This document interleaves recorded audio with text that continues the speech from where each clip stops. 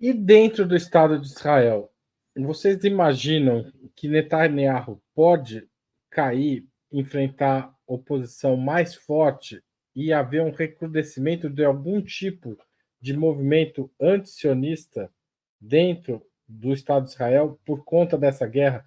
Porque, só para completar um raciocínio, acho que o Milton falou, a gente teve um dia de ataque do Hamas e nós vamos completar 2 meses de ataques de Israel sobre Gaza. É realmente desproporcional o tamanho da resposta ou do que Israel chama de autodefesa. Mas, voltando a isso, vocês veem algum espaço para o surgimento de um movimento antisionista dentro de Israel? Ou a Israel opera na lógica de uma ditadura? Carloto.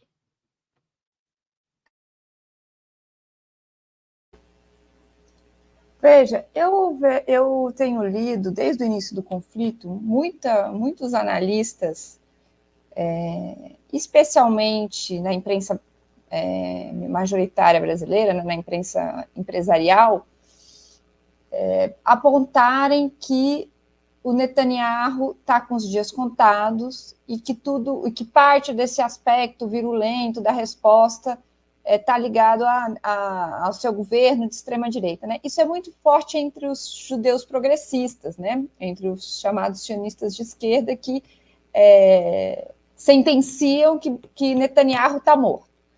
Eu acho que é muito cedo para dizer isso. Né? Inclusive, parte do movimento do Netanyahu é sobreviver. E a depender do que aconteça nesse conflito, especialmente se a gente lê à luz destas pesquisas, né, de opinião, que acham que 90% apoiam o objetivo de derrotar o Hamas, não necessariamente ele está morto. Veja, eu acho que a situação dele é muito complicada, né? O apoio tem caído, mas isso não é... o destino do Netanyahu não está selado. O destino do Netanyahu depende, em grande medida, do destino do conflito. Né? E ele está apostando tudo nisso. E ele sabe que se ele precisa continuar em guerra, ele inclusive conseguiu montar um gabinete, né, de crise, de coalizão né, para enfrentar, então ele depende desse conflito para sobreviver. Acho que esse então, isso é um primeiro ponto. O segundo é que o que tem aparecido nas pesquisas de opinião mostram que a sociedade israelense se tornou uma sociedade muito conservadora. O sionismo sempre foi um movimento complicado, mas havia, né, uma tensão, uma polarização política maior. Né? Me parece que, inclusive, até por vários anos de governo de extrema-direita, você tem uma sociedade que caminha num sentido muito conservador. É isso que emerge das pesquisas agora. Isso também pode mudar, pode existir disputa, nada está selado. Agora, eu queria retomar um aspecto do que o Valério comentou sobre a extrema-direita. Veja, a principal publicação hoje da extrema-direita brasileira, a principal publicação escrita, né, em revista, uma das principais, se chama Revista Oeste. Né? Foi para lá que foram figuras como o Augusto Nunes, Rodrigo Constantino e outros. Tá? Então, é uma revista muito lida pelos bolsonaristas, e ela se chama Oeste em homenagem ao Ocidente, e um dos seus pilares fundamentais é a islamofobia, porque o movimento da extrema-direita, e com isso eu concluo, ele está muito ligado ao movimento de branquitude, e o movimento de branquitude se constrói, né, a partir de vários outros, a começar por este grande outro que é o Oriente, que une a China, os comunistas e todo este mundo, né, do Oriente Médio. Para nós é muito absurdo, mas é uma amálgama que faz sentido do ponto de vista ideológico para a extrema-direita mundial. E é por isso que a esquerda precisa, neste momento, cerrar fileiras com a defesa do povo palestino. É uma causa humanitária. Para início de conversa, nós estamos falando de direitos humanos, do direito de sobrevivência, do direito de autodeterminação, mas mais do que isso, da disputa política e ideológica que está no coração, hoje, dos embates mundiais. Obrigado, Carloto. Passo a palavra para Valério Arcari. Eu não tenho nenhum otimismo em relação à evolução da situação do governo de Israel. O nacionalismo exaltado numa potência imperialista, ele está sempre flertando com a extrema-direita e, portanto, com a tentação fascista. Porque a premissa do nacionalismo exaltado é que o povo foi escolhido, que é um povo que é diferente e é superior ao outro. O inimigo é desumanizado.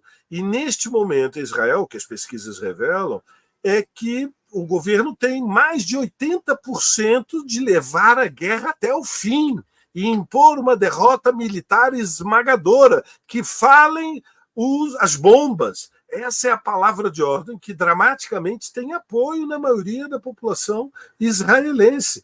E Netanyahu quer vencer a guerra militarmente, porque sabe que, se vencer a guerra, ganha fôlego político. E veja, isto nos remete a também uma percepção de qual é a tendência da extrema-direita internacional. Quer dizer, a ideia de que o bolsonarismo vai ser normalizado, vai ser integrado como uma corrente política do regime democrático liberal burguês brasileiro, isso é de uma ingenuidade política, é uma corrente neofascista. A ideia de que o Milei vai ser domesticado pelo Macri, a ideia de que existem limites institucionais que protegem a democracia americana se Trump vencer as eleições, tudo isto é um discurso de natureza ideológica que não se apoia num estudo objetivo da relação de forças e da dinâmica do conflito social. Em última análise, nos remete à crise do capitalismo e da ordem imperialista no mundo contemporâneo. Haroldo, Milton, Maria Carlot, todos aqueles que nos acompanham.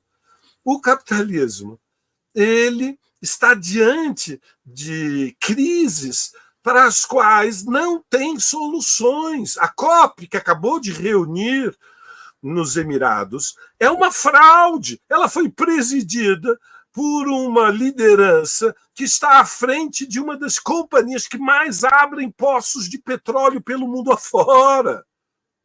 E, portanto, não há nenhuma razão para termos qualquer tipo de ilusão de que as potências imperialistas vão ser responsáveis na transição energética, como não há nenhuma razão para nós termos otimismo no acirramento dos conflitos entre os Estados Unidos e a China.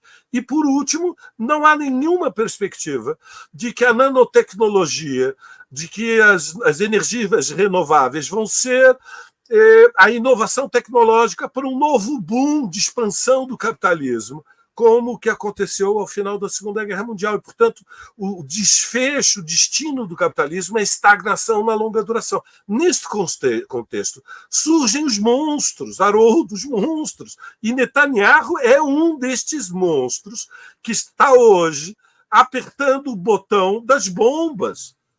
E, deste ponto de vista, evidentemente, o Estado de Israel se transforma num estado de apartheid que decidiu proclamar uma espécie de Estado marcial, regime de excepção interno, de guerra permanente contra a população palestina. E é por isso que é uma causa humanitária, não é uma causa somente da esquerda. A tragédia é que nós vamos fazer o ato no Tuca e eu me pergunto, Maria Carlot, quantos liberais vão aparecer no Tuca unicamente em torno da bandeira da defesa de uma solução negociada e da paz? Quantos estão dispostos a desafiar a pressão do lobby sionista?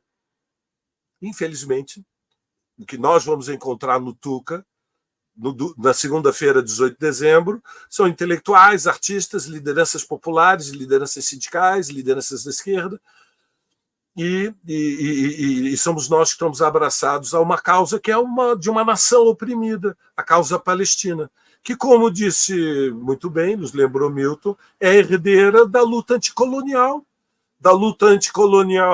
na África subsaariana, da luta contra o apartheid da África do Sul, da luta pela independência da Argélia e da luta contra a guerra no Vietnã.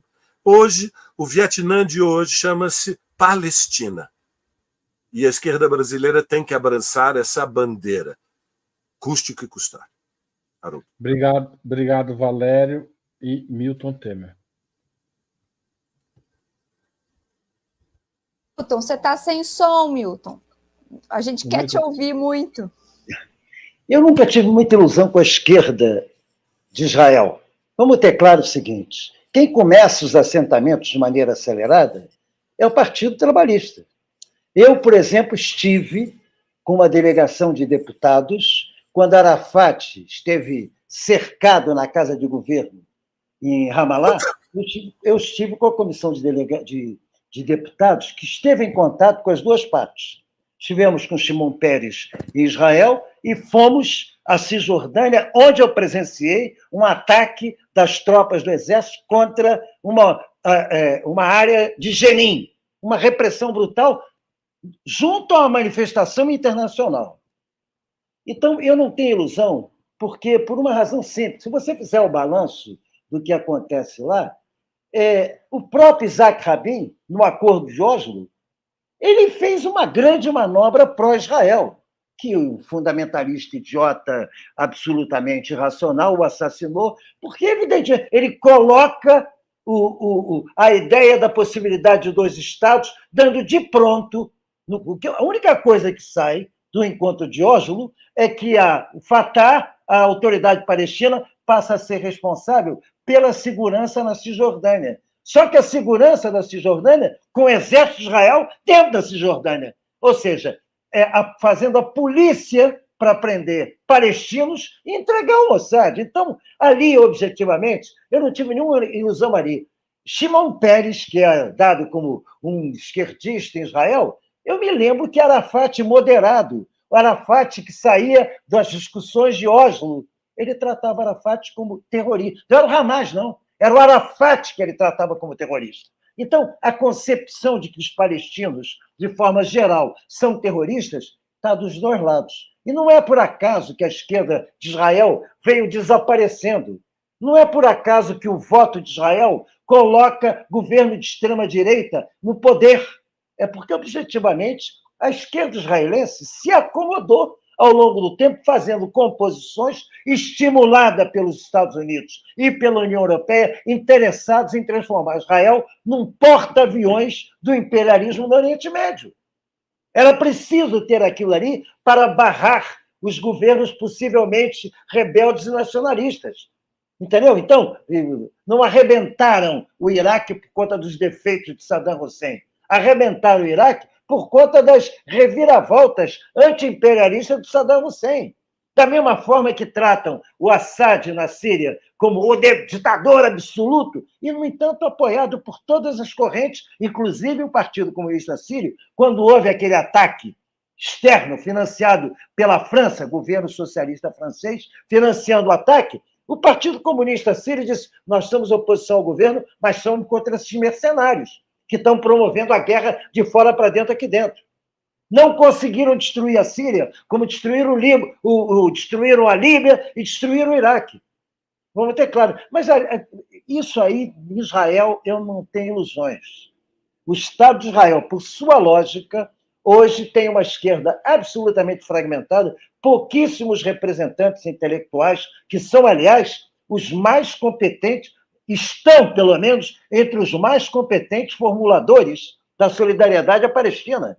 Do lado de Eduardo Said e Tariq Ali, a gente tem Uri Avneri, a gente tem Ilan Pappé, nós temos vários formuladores, para não falar em Norman Finkelstein, que é um dos maiores denunciantes da chamada indústria do Holocausto. Então, eu preservo uma parte da intelectualidade, mas do ponto de vista social, a esquerda de Israel há muito tempo que é absolutamente inexpressiva nessa questão. E por isso é que eu não tenho nenhuma certeza da queda de Netanyahu, porque Netanyahu ser eleito, depois de tudo que foi dito contra ele pela própria justiça israelense, mostra que, por cima de tudo, Israel, uma das grandes falácias, aliás, um dos mitos Kylian Mbappé denuncia, de Israel dizer o seguinte: Israel ser a única democracia, é um dos países mais autoritários, com o apartheid legalizado e a fundamentação religiosa colocando como razão de Estado.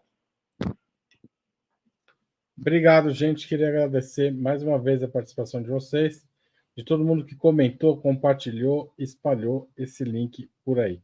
Valeu, até a semana que vem. Espero novamente encontrá-los. Tchau, tchau. Um abraço, Marco Carmo.